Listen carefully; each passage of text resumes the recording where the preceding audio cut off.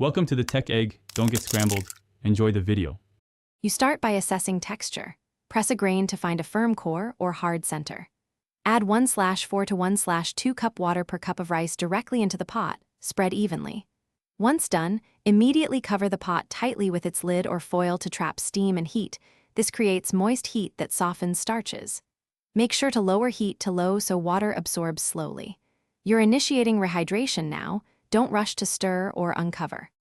Once the pot is sealed, simmer gently on the lowest flame for 8 to 12 minutes depending on how hard the rice is.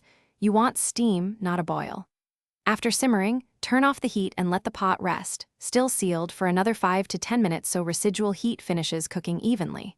When you lift the lid, fluff the rice with a fork to separate grains and let trapped steam escape. This prevents clumping and evens moisture. If needed, repeat short reheat cycles.